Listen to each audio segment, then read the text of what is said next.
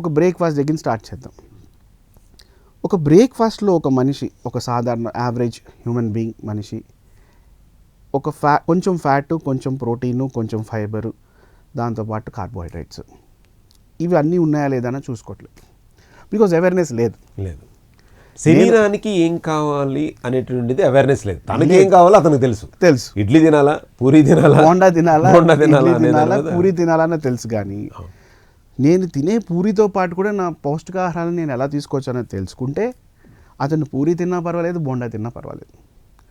So ఆ అవగాహన అనేది మనం క్రియేట్ చేయగలిగితే సాధారణంగా మీ ప్రైమ్ 9 న్యూస్ ద్వారా చాలామందికి హెల్ప్ చేసినట్టు ఉంటాం. అయితే ఇక్కడ ఈ బ్రేక్ఫాస్ట్ అన్నది చాలామంది కాన్సెప్ట్ అసలు మర్చిపోతున్నారు. అంటే బ్రేక్ఫాస్ట్ చేయకుండా డైరెక్ట్గా బ్రంచ్ లాగా చేసేసి, లేదంటే డైరెక్ట్గా లంచ్. ఎందుకంటే లేవడమే 9కి 10కి లేస్తే బ్రేక్ఫాస్ట్ స్కిప్ అయిపోతుంది. బ్రేక్ఫాస్ట్ స్కిప్ అయితే ఏమవుతుంది అంటే బాడీలో మెటబాలిజం చేంజ్ అయిపోతుంది.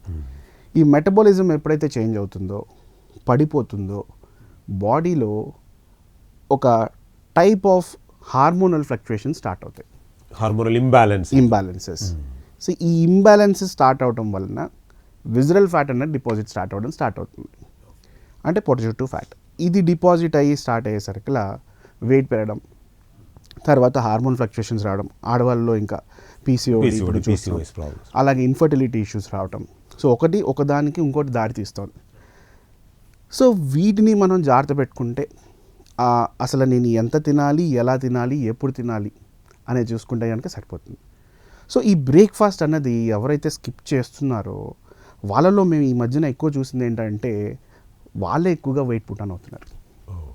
ఎందుకంటే బ్రేక్ఫాస్ట్ అంటే రాత్రి లాస్ట్ మీల్ నుంచి మార్నింగ్ ఫస్ట్ మీల్ వరకు మనం తీసుకునే మీల్ ఏదైతే ఉంటుందో, ఈ మధ్యలో ఈ టైం ఏదైతే ఉంటుందో దాన్నే మనం ఫాస్టింగ్ అంటాం. సో దాన్ని బ్రేక్ చేస్తాం కాబట్టి దాన్ని బ్రేక్ఫాస్ట్ అంటున్నాం. సో మన మెటబాలిజం పెరగాలి, అలాగే మన బాడీలో ఉన్న ఇమ్యూనిటీ పెరగాలి అంటే ఒక డేకి ఒక కిక్ స్టార్ట్ కావాలి. కాబట్టి బ్రేక్ఫాస్ట్ అనేది అవసరం. అంటే ఇప్పుడున్న ప్రజెంట్ లైఫ్ స్టైల్ విధానం ప్రకారం వాళ్ళు అసలు డిన్నర్ చేసేదే 11-12కి. పాయింట్ ఏంటంటే డిన్నర్ సపోజ్ ఫర్ ఎగ్జాంపుల్ ఒక నైట్ షిఫ్ట్ చేసే ఒక అతను అనుకుందాం, అతనికి ఒక 4 o'clock వరకు 5 o'clock వర్క్ చేయాల్సి వస్తుంది. సో అతను ఎంత ఎర్లీ డిన్నర్ చేసేసినా రాత్రంతా వర్క్ చేస్తుంటారు కాబట్టి ఏదో ఒక టైంలో కొంచెం ఆకలి అనేది వేస్తుంటుంది. అయితే తినడం ప్రాబ్లం కాదు, పాయింట్ ఏంటంటే తిన్నాక ఖర్చు పెట్టడం మర్చిపోతున్నారు. సో అది బిల్డప్ అయిపోయి బాడీలో ఫ్యాట్ కింద చేరిపోయి వెయిట్ పుట్ ఆన్ అయిపోతున్నారు. అండ్ ఎస్పెషల్లీ ఈ నైట్ షిఫ్ట్లో ఉన్న వాళ్ళు కొంచెం రిస్క్లో ఉంటారు. ఒకవేళ గనక వాళ్ళు ప్రాపర్గా మీల్స్ ప్లాన్ చేసుకుంటే రిస్క్ లేదు, ప్రాపర్గా ప్లాన్ చేసుకోకపోతేనే రిస్క్.